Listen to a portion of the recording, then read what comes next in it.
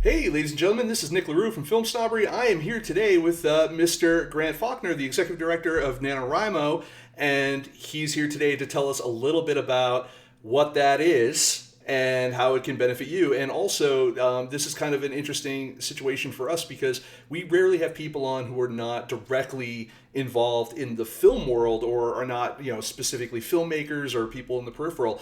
But screenwriting, especially considering we're coming up on November, is the this screenwriting, novel writing in general is it's a big focus, and I figure let's go to the master himself. Not no pressure, Fantastic. let's go to the master himself and see if we can maybe learn a little bit and love a little bit and go from there. So, ladies and gentlemen, Mr. Grant Faulkner, how you doing? I'm good. Thank you for that nice intro. And it's all storytelling in the end. It doesn't matter if it's a script or a novel. It's all we're constructing a story, right? Exactly. Yeah. So tell us a little bit about your journey to NaNoWriMo and kind of what the executive director does there. Okay, I'm going to start with the really boring stuff then. Yeah, I found NaNoWriMo kind of accidentally, to tell you the truth.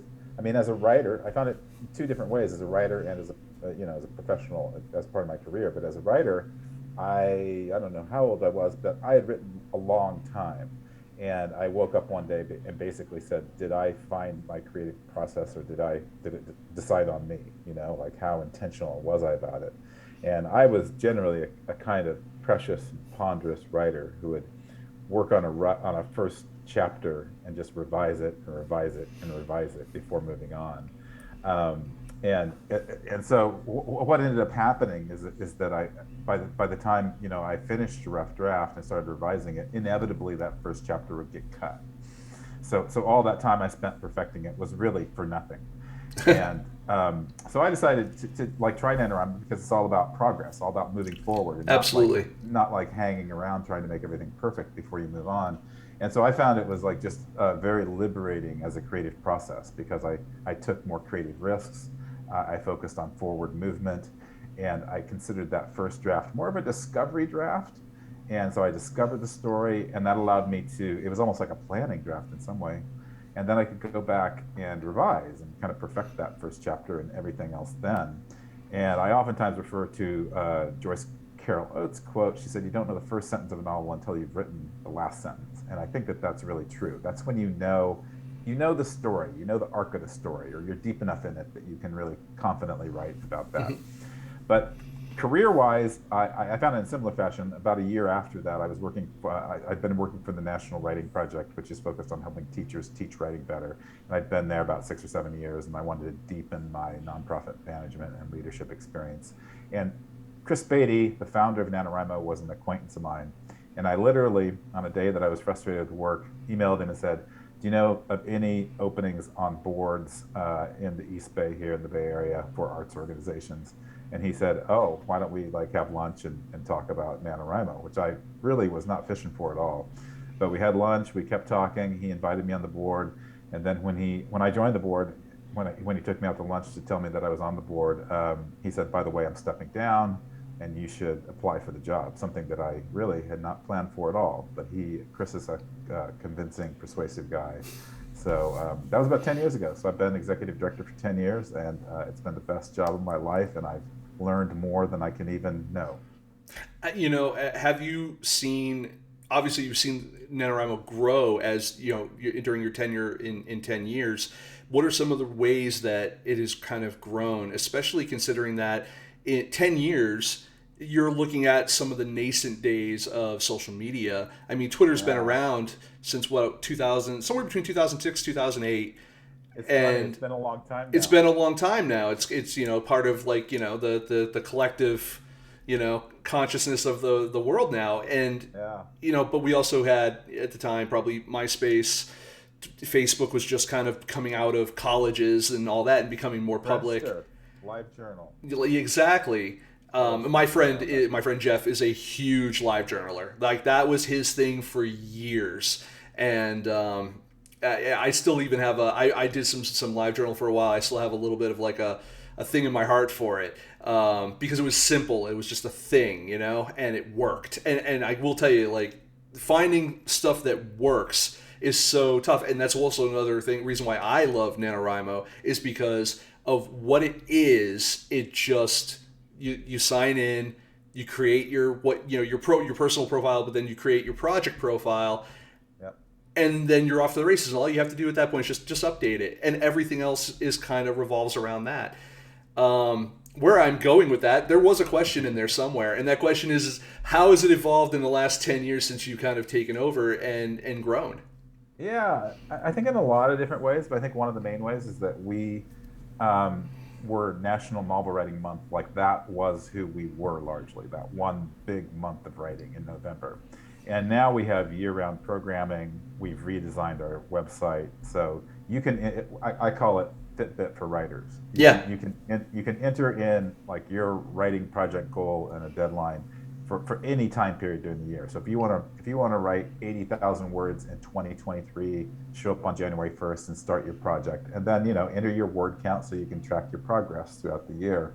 One of our keys to our program is that a goal and a deadline is a creative midwife. So we really believe on having that pressure of having that goal and also breaking big projects up into smaller chunks. But as we've grown over the years, we have so many. I mean, some of our writers, they've been with us since 2002. They have more than 20 novels they've written with us. That's crazy. And so other, and so they're in various stages of revision and starting novels, and we have new participants, and so we want to meet writers where they are. So I find that more and more writers are using National Novel Writing Month to revise their novels, or to like put the final touches, like the final 25,000 words on their novels. And we have like different programs throughout the year. So we have this event called Camp NaNoWriMo. That's a more casual version of NaNoWriMo that happens in April and July. We have a whole revision and publishing program called I Wrote a Novel, Now What? That happens in January and February. We used to actually, when I started, one thing that's changed, we had a program for scriptwriters called Script Frenzy, and the challenge was to write 100 pages of a script in a month, and it was successful on a certain level. Like at its peak, we had about 25,000 people sign up, but we weren't able to really, it wasn't the thing that we were putting a lot of energy into it without much return. So we decided to focus on like novel writing and fiction. Well, if there's any, I have so many other questions about that, because that's just kind of our bread and butter, but I want to, I may have to speak with you offline about it maybe at some point, but one thing I really appreciate about NaNoWriMo is kind of the gamification of writing as well. I'm a person who I love to be fed a little, let's call it an attaboy every so often. Like, I'm a gamer, so I also I love my achievement unlocked type of situation. Right. And you guys have that badge, the badge system that I've always appreciated as just, it's just such a little something, but for me it makes a big difference because it also makes me feel noticed. Even though I know it's just the automated kind of program doing it, it makes me feel noticed for the thing that I'm doing, which I think a lot of writers struggle with and do. And that's another reason why I got involved. NaNoWriMo, we were talking a little bit about this before we got on camera, but NaNoWriMo is what kind of got me into looking into more seriously writers groups and writer sprints and all that. And because one thing leads to another, obviously, you start getting in touch with other writers, you see what they're doing, and then you want to say, well, how can I be involved? I found a wonderful writers group on Facebook, joined them, and we met 4 times a week at least for various things, and that was wonderful. Met some really great people. Turned out one of them lived like 2 towns away from me, so that was wonderful. I know I'm basically just right now just going off on how much I love NaNoWriMo. How has it affected your life as a writer? Because before this, and maybe possibly during it, you also have written books and published it, and I'm sure you saw some of the challenges that you went through as both a writer and someone trying to be published.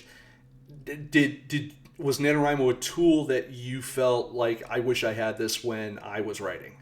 Absolutely. I just want to go back a little bit to what you're talking about with gamification and that Sure. reward system. And I mentioned it because for years we joked about how, like we have very compulsive word count updaters on our site. And like literally they'll come back every minute or 5 minutes to like update their word count so they can see that bar chart go up just a little bit, see the progress. And they've actually done psychological studies on this, that implicit reward is it like people work for that little bit of reward. It's like really significant to them. Like that is more rewarding, for instance, than if you buy yourself something special to reward yourself.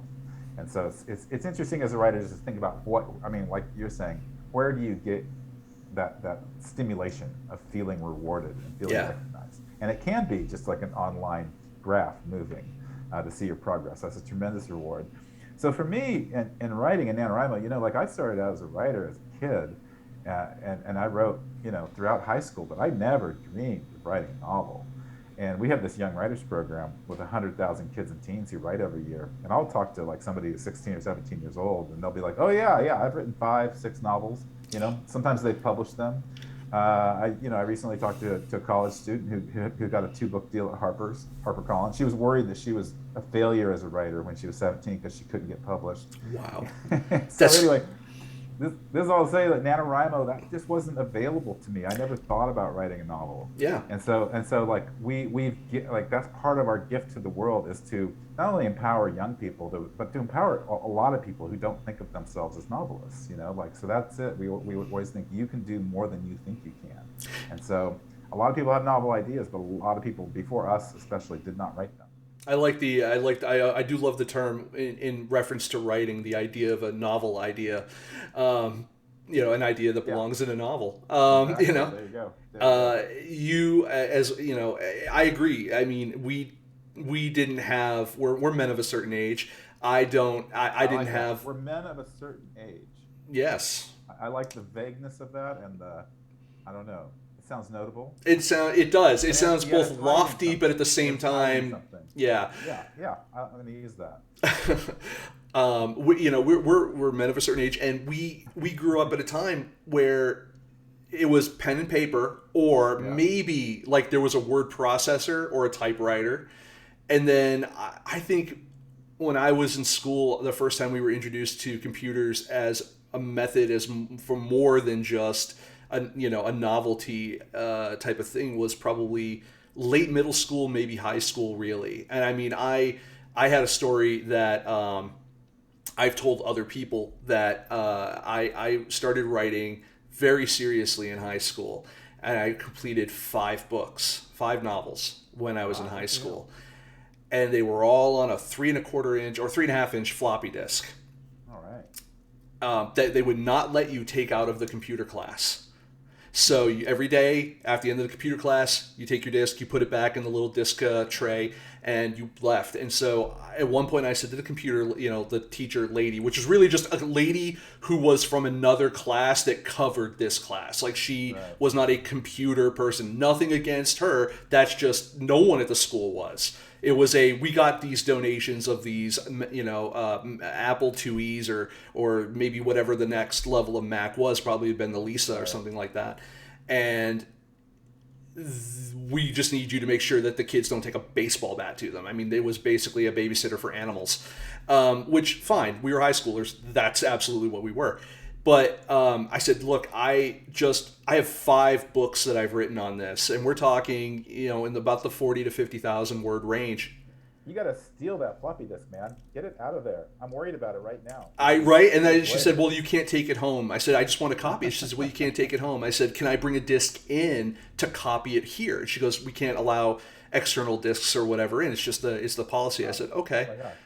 I left, came back the next day. Initialization error on the disk, wouldn't write, or wouldn't read it, and I lost 5 books. And I didn't write again anything that was creative. I mean, I'm writing essays and stuff like that, fine, like that was for school, for grades, whatever. I did not write anything creative again until I was in my mid-20s, maybe mid to late 20s. And then during the pandemic, now here's a question I have for you. During the pandemic, not that we're completely out of the woods yet, but Did you guys see a sharp uptake in traffic from people who were at home and just had nothing better to do but needed that creative outlet and came to you folks for that both the creative outlet interaction, the output, like I need something to track what I'm doing, and I am here and I finally have the time. It's like that Twilight Zone episode where the guy, there was time now. um, did you find that there was a sharp uptake in users, using the NaNoWriMo website during the pandemic? Yeah, we did. Early on, I think when everybody was like posting photos of their sourdough bread, I think Right people around had that that kind time. of pandemic shift of behavior. A lot of people I think were thinking, I'm home, my life has changed, what can I accomplish? I think as the pandemic went along, things flattened out, and I think especially as people were home longer and really dealing with the stress of the pandemic and dealing with things like depression, anxiety, yeah, we saw things flatten off a little bit, and I think definitely people faced some tough times writing. I think anxiety and depression, that type that we experienced during the pandemic and all the other things that happened in our society then are still happening, can really wear one down. Yeah. And I think a lot of people also weren't getting the nourishment of a lot of social activities that they normally had. So I think it's a lot of different stories there when you're talking about the pandemic and creativity. Yeah. But I do think that one good part about it is that people, I mean, in NaNoWriMo we always say that part of what we do is that so many people say I want to write a novel someday, and we usually when you say that about something, it never happens. Right. And so don't say you're going to write a novel someday, make it happen today. And that's why I set a goal and a deadline as a creative midlife. Make it a priority. And so many people also, like, especially as they become adults, there's this great Picasso quote where he says, every child's born an artist. The challenge is how to remain an artist as you become an adult. And so many people, as they become adults, creativity falls lower and lower and lower and lower on the to-do list until it's not even there, right? Yeah. And NaNoWriMo, part of its principle is like make it a priority. For 1 month of the year, make your creativity, yourself, a priority. And then it doesn't have to be number one on your list every other month, but keep it on the list.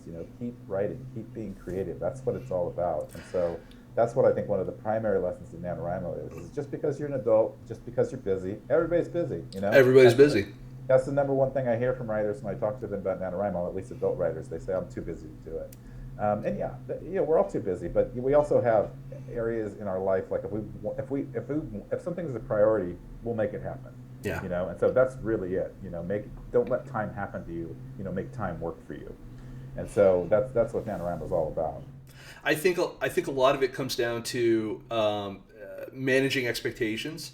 I think some people think that I can't be a writer or I can't write a novel because I don't have the time, but they don't understand that the time commitment of those things is only 500 words a day, 1,000 words a day. It's a matter of what your expectation built up in your mind. Or I'll never make it as a writer. Well, making it as a writer these days is a very ambiguous term, because making it do you just want to sell? Is your goal to sell one book? Is your goal to sell just to be published on Amazon, self-published? Is it to be published traditionally, to be queried or repped, to do the query and rep thing, to just even get someone wants a full submission, or something like that. I mean, there's a lot of things there. It's just like, well, what do you want to do, with this? And I absolutely subscribe to what you're saying as far as like everyone is busy. Everyone has to live their life. Everyone has work. Everyone has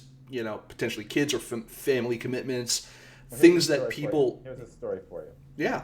So I like to tell this story because it goes in with what you're saying about setting expectations or resetting them. So Toni Morrison, when she wrote her first novel, she was a single mom. She had a couple kids. She was working in New York City. Tough job, stressful job. Came home, fed them, helped them with their homework, got them to bed.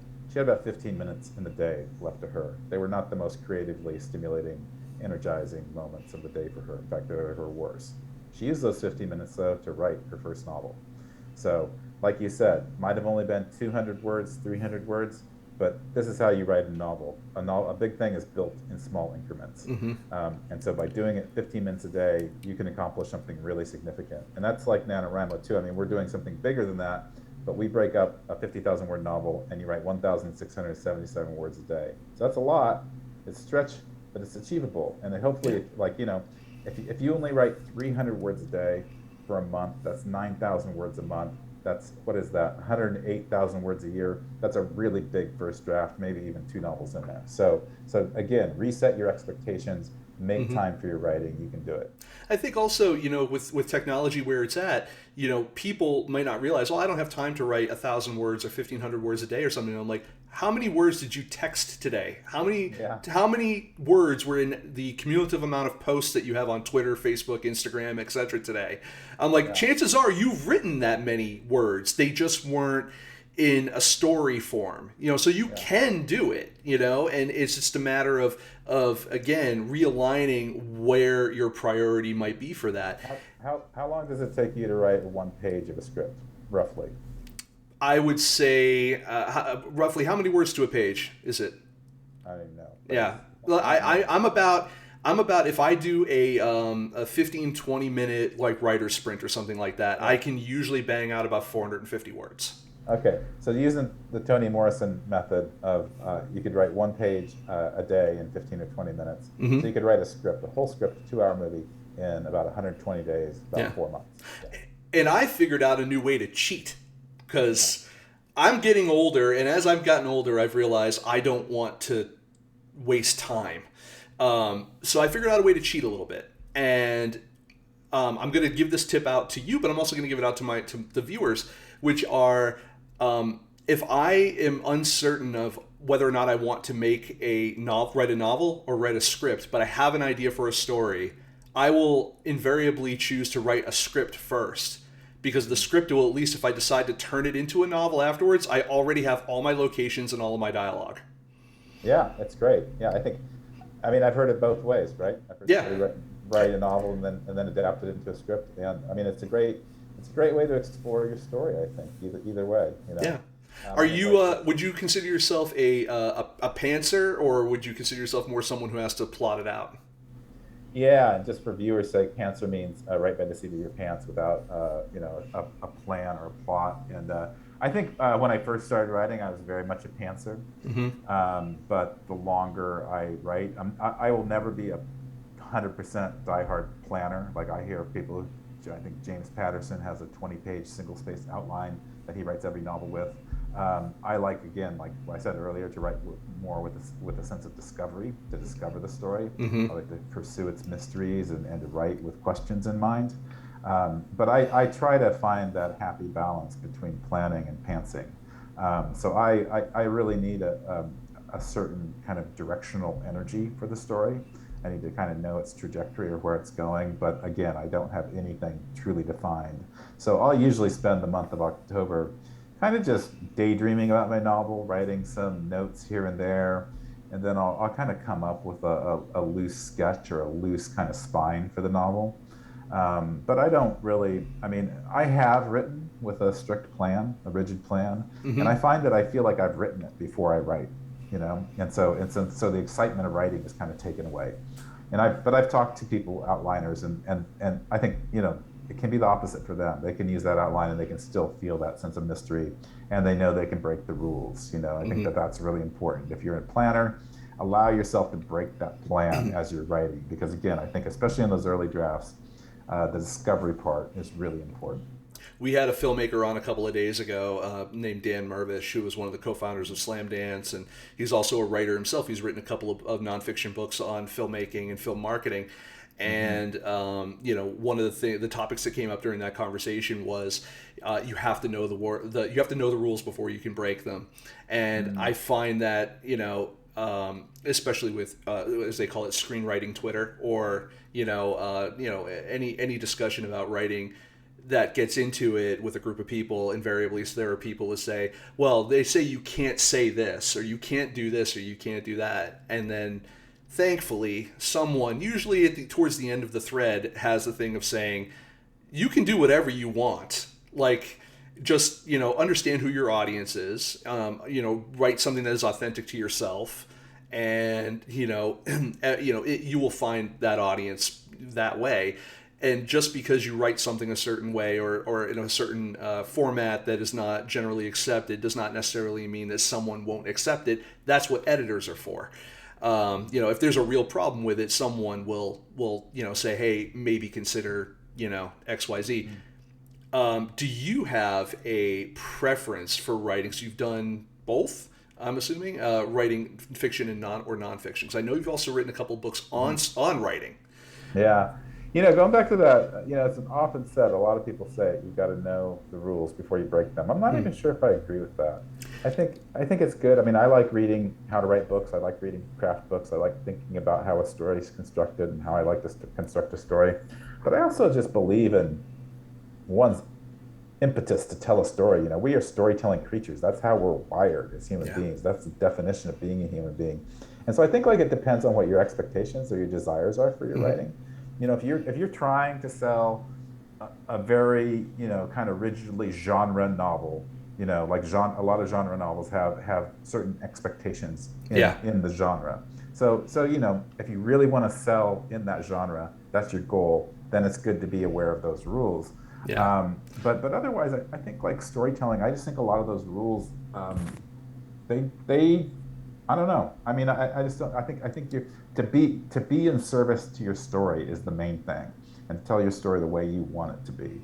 So it just depends on what you want. And let me see. Your question though was about my desire to write fiction or versus nonfiction. Yeah, which comes easier to you?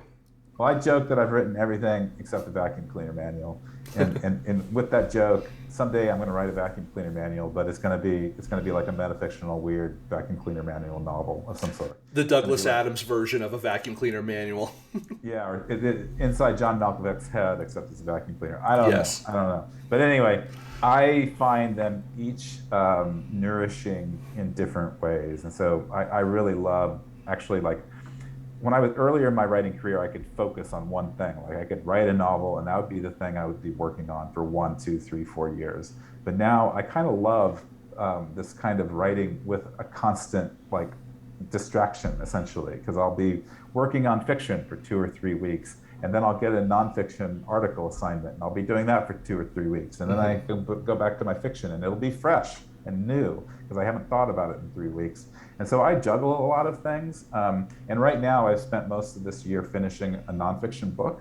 And that was a great project and I loved it, but I'm itching to write fiction. The little snatches of time I've had to write fiction, I've been like, wow, this is so nourishing. This is so beautiful. All I want to do is sit in this corner of the room and write tiny little flash fiction pieces that almost no one in the world will ever really want to read.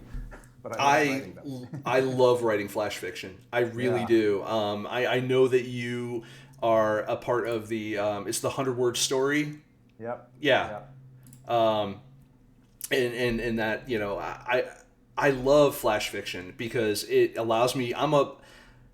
Ideas are something I personally never have a problem having. I'm always I will constantly I'll think up something in my head. I'll chuckle to myself. My wife will go, "You just had an idea, didn't you?" I said, "Yeah, just let me get it." I put it down in my notes app just so I can kind of file it away till I have time. But I will go through those things and think of, oh, this is, what it is. And then I never know how long it's going to be, but, invariably it's before I know it, 1,500 words, 2,500 words, something like that.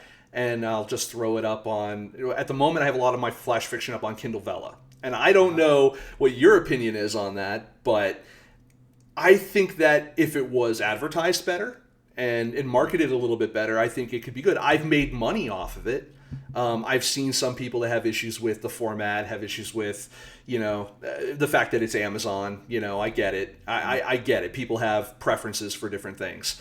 I don't think there's any one right platform or one right thing for everybody. I think that it really depends on what your expectations are, things we've talked about earlier. But I put myself up on Kindle Vella and I've found some level of success with it. But also I know that it's at least available to people.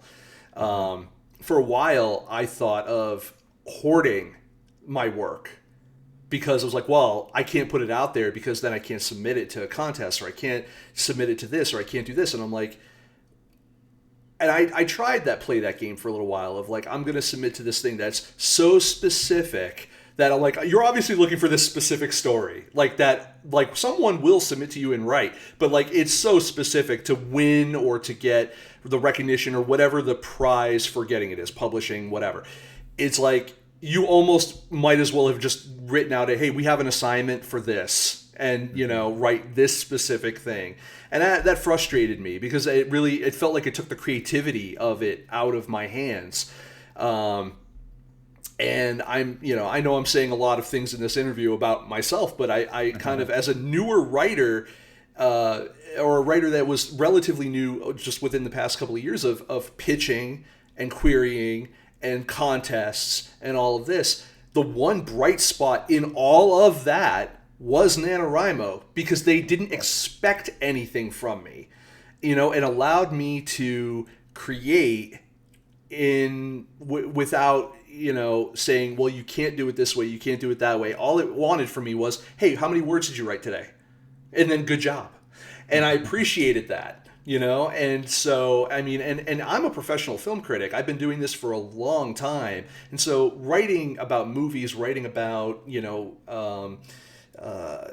writing my own stuff and all that is no, I'm not necessarily looking to get, published on anything or whatever, but because I've managed my expectations.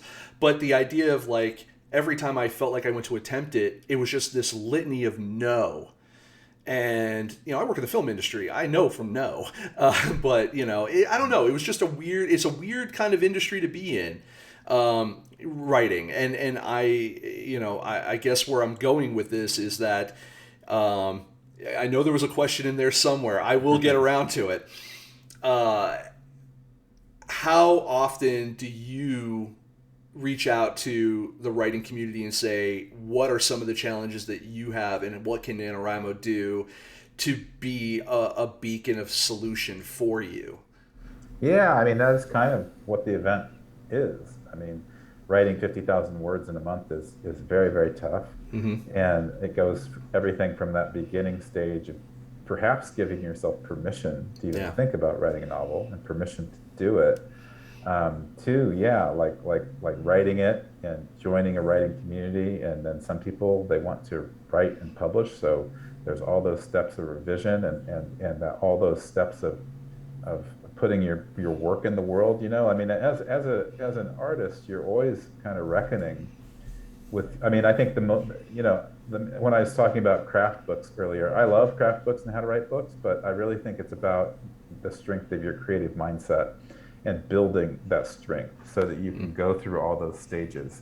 And so that's what I think NaNoWriMo is, in large part about. It's about, we don't tell people how to write a novel. We have a lot of conversations about it. We provide a lot of resources, but we're really trying to help them get over whatever obstacle it is. And when we talk about writing obstacles, one of the exercises we do with our Young Writers program is we have the students draw a picture of their inner critic. And so they'll usually draw a monster or something. There's this one boy, he sent me his inner critic, and it had 50 legs and 8 arms, and it was throwing things at him from different directions. And then they wad it up and they put it in the basket so that they can write with abandon during NaNoWriMo. And so that's kind of the principle, is like to be able to kind of wad your inner critic up, or whatever those obstacles are, if they're naysayers in your life, self-doubt, imposter syndrome, all these things that kind of attack you, wad them up, throw them in the trash can, and then write. Write with that purity of write like nobody's going to read you, dance like nobody's watching you dance. That's the premise, yeah. Have you ever had anyone in your life who has been that person that has said, writing, you're a really good writer, and so what are you going to do for money? What are you going to do for a real job? Sure. Yeah?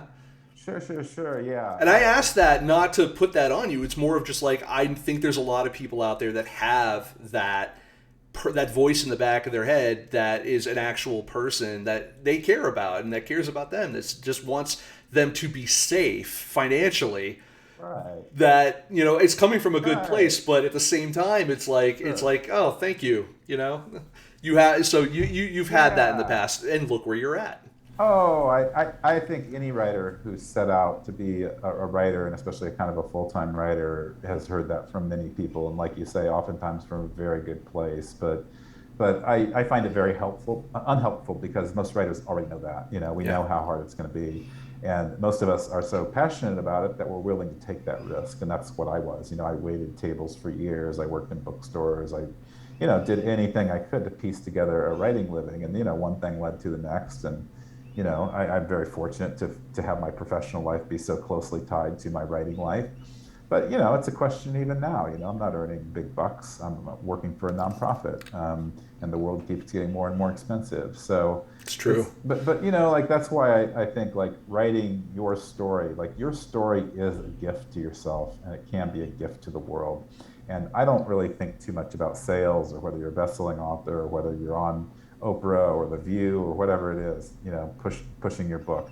It's really about the sacred act of writing your story, and the satisfaction and the nourishment that you get from that. And that's what we try to do with NaNoWriMo. It's really about that gift of your story, and I do believe it's a gift. Now, I noticed that as I was looking at NaNoWriMo's website earlier today, you partner with a lot of different people, which is another reason why I also, when I brought up like Amazon, I know that you guys work with Amazon KDP a little bit, and I've published something through there as well, plus my Kindle Vella, and I enjoy the process in as much as it's very easy. So I'm not going to slag them off at all. But what I will say is that you guys work with a lot of people, and you offer so many things to writers, new and emerging writers that join NaNoWriMo or that participate year round in certain things. What are some of the current things that NaNoWriMo might be offering to kind of help filmmakers? See, I'm doing this. Too. Writers. Yeah, writers. We're all storytellers. Writers, maybe screenwriters, because I noticed that one of them is you guys have a 20% off discount for Scrivener. Yeah. And with Scrivener, if you're not a fan of like writing with Final Draft or Celtics or something like that, you can write scripts with Scrivener.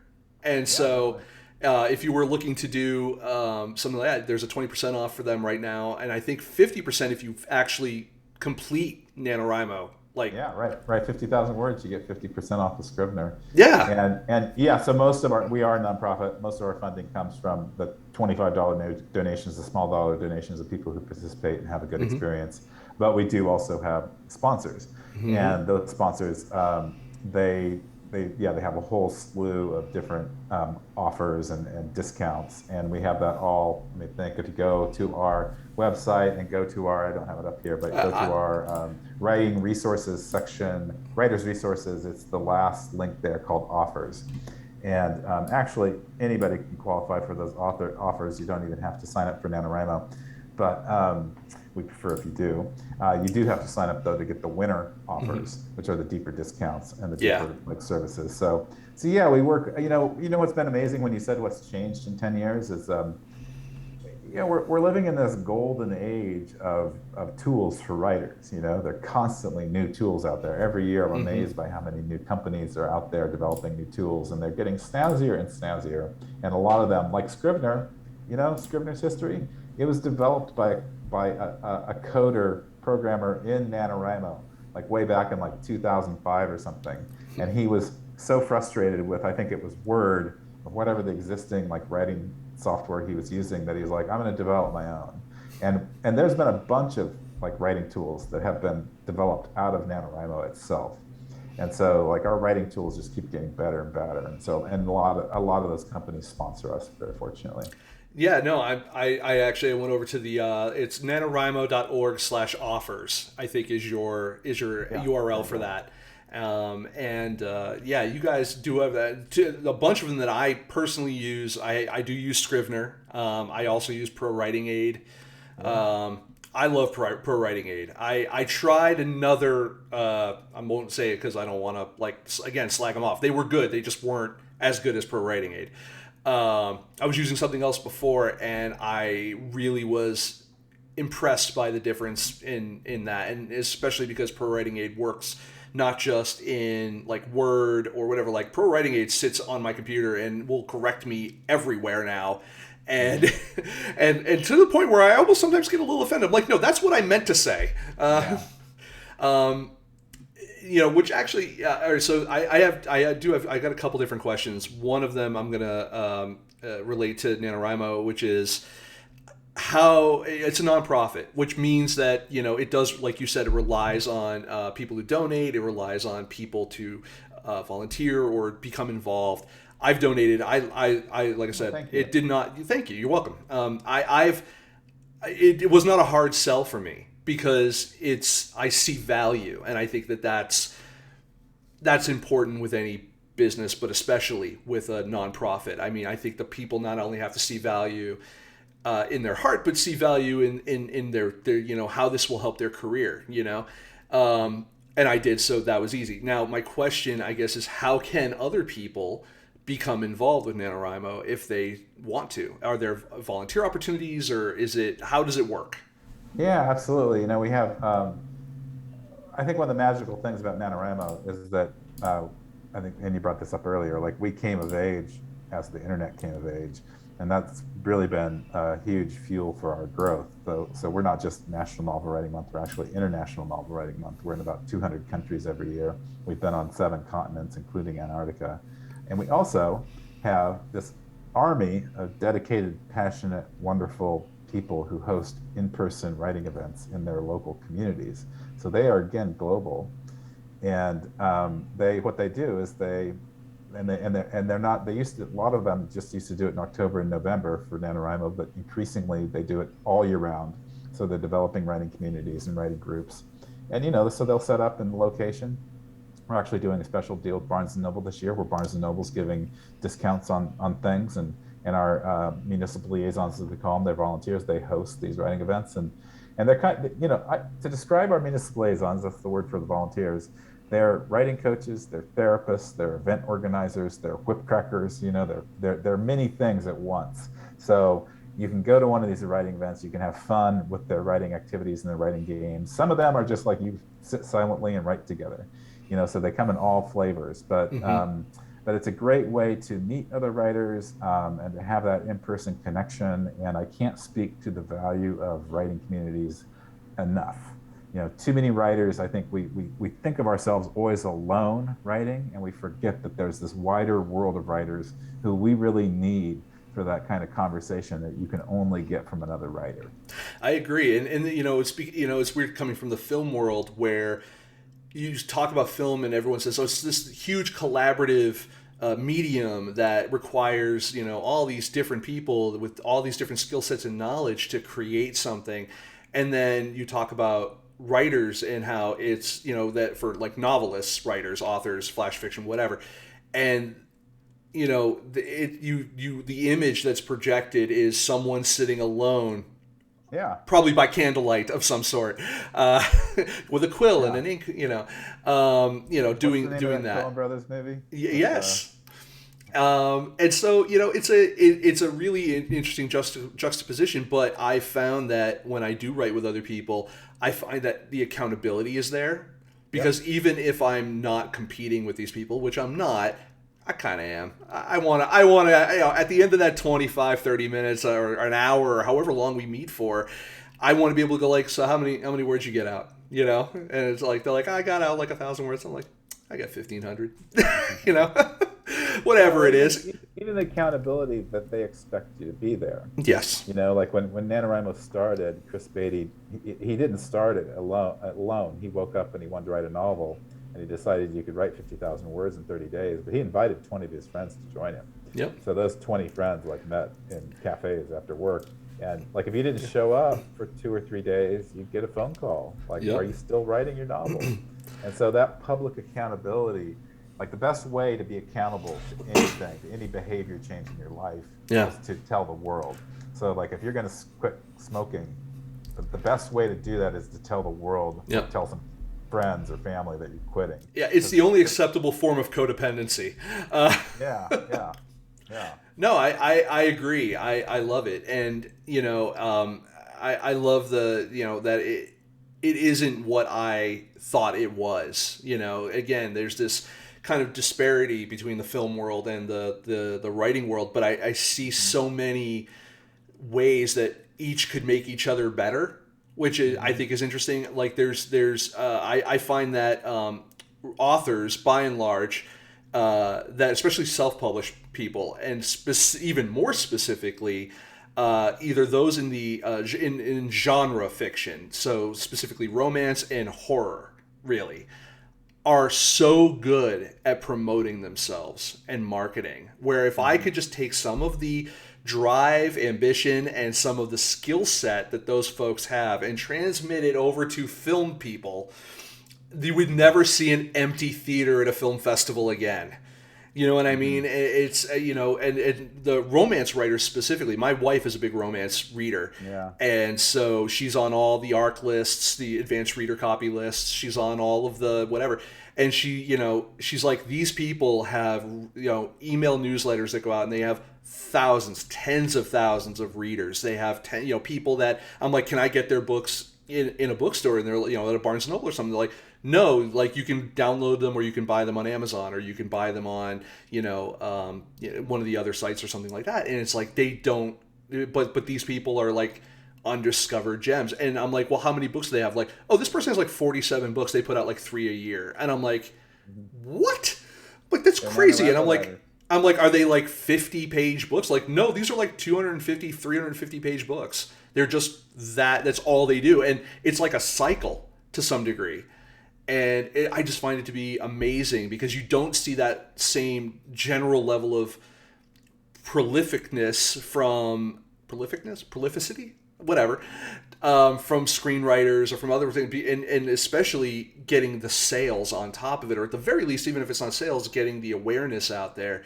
There's a disconnect, and I think there's some tools that authors have that that filmmakers don't have.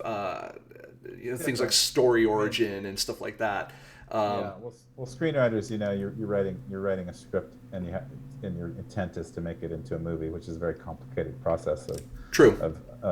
And so writing a romance novel, and those, I got to say, like, if you want to learn about the book promotion and marketing and sales of books, especially on the indie publishing side, talk to a romance novelist, because as you said, they are really so savvy, generally, the ones who are successful at it. It's amazing.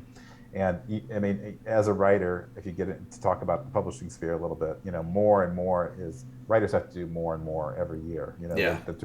Even if they traditionally publish, those publishing companies do less and less for writers. So you have to learn to be a marketer. You have to learn about promotion. It is very tough because a lot of writers aren't naturally inclined that way.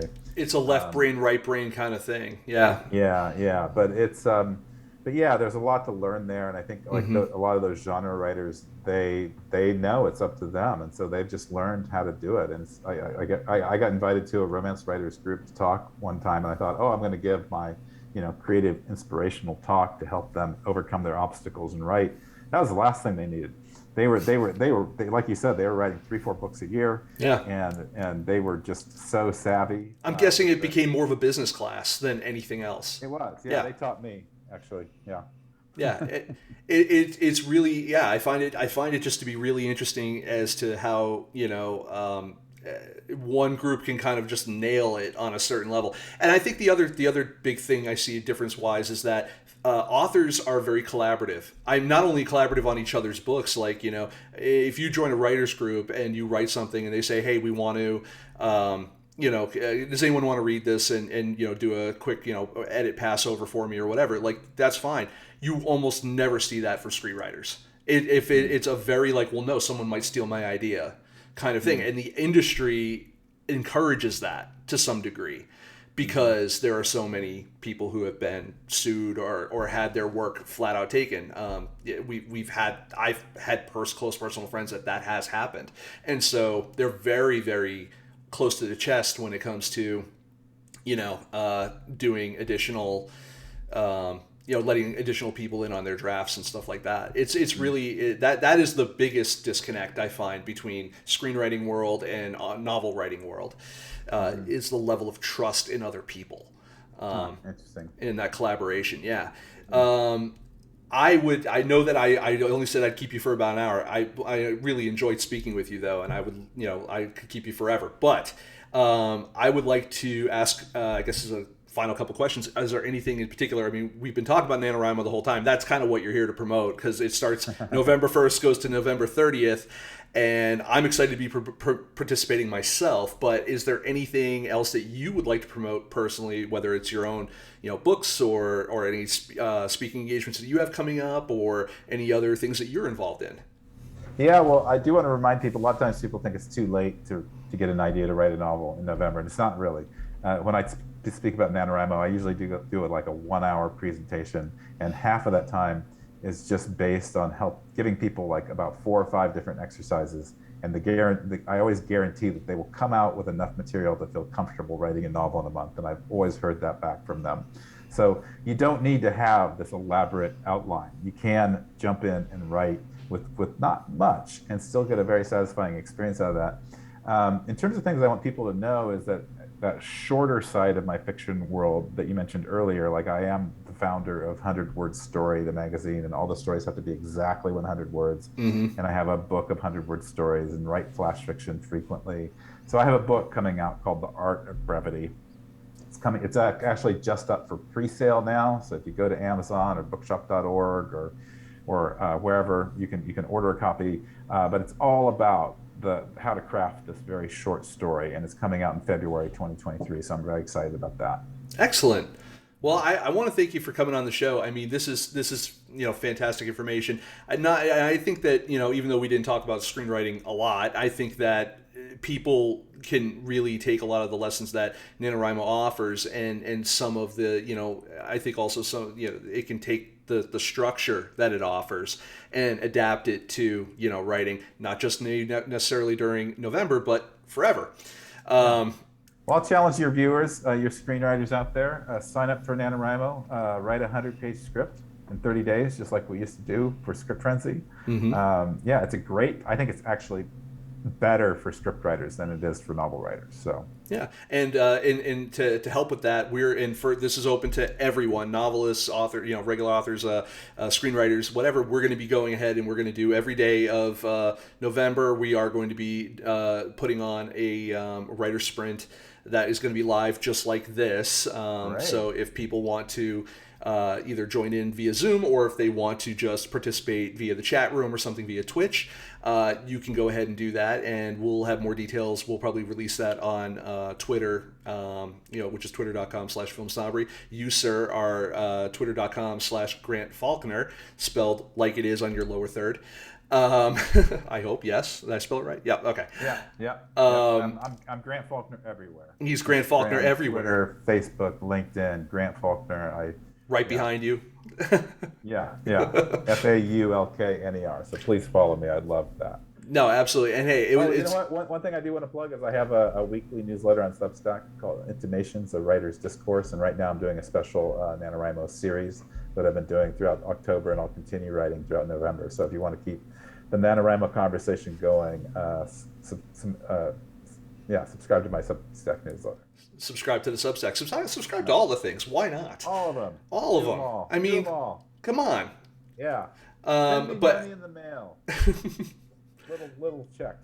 Well, I do hope that we get to talk more. I really enjoy your conversations on Twitter with Ms. Bowerman and everything we got there. That's how we kind of connected, was via Twitter there. And I'm excited for what comes next with NaNoWriMo, not only for November but going forward. And if there's any way that I can ever help, I'm happy to. And I'm always happy when I can see a first-time filmmaker or a first-time novelist make a second movie or write a second book. That's always my ethos when I started FilmSnobbery and I was doing all of this. So the fact that you guys help facilitate that on a yearly basis, it makes me feel good. So Thank you very much, and thank you for coming on the show. Absolutely. Thank you, Nick. It was a great conversation. Thank you very much. And let's see. And that's it really for our show, FilmSnobbery Live this week. You guys got a kind of a fun double bonus. of Film Snobbery this week. So once again, I want to remind everyone, check us out over on twitter.com/FilmSnobbery. We're also released a whole bunch of new/old classic, if you will, interviews that we had from film festivals that we've done over the years over at our YouTube page. So if you go to youtube.com and check out, search for Film Snobbery, we're still working on getting that handle there because that site got nuked a while back. So we're rediscovering that now. Follow us on Facebook, facebook.com/filmsnobbery, and Instagram, instagram.com/film_snobbery, because someone's squatting on the actual Film Snobbery. So we'll see you guys again next week, especially as we start November 1st. Again, we're going to, at the start of NaNoWriMo, we're going to go ahead and we're also going to go and do writer sprints in honor of that to help you guys reach your goals. We'll have more details on Twitter, so keep an eye out there. I guess for the week, that's it. Bye, everyone.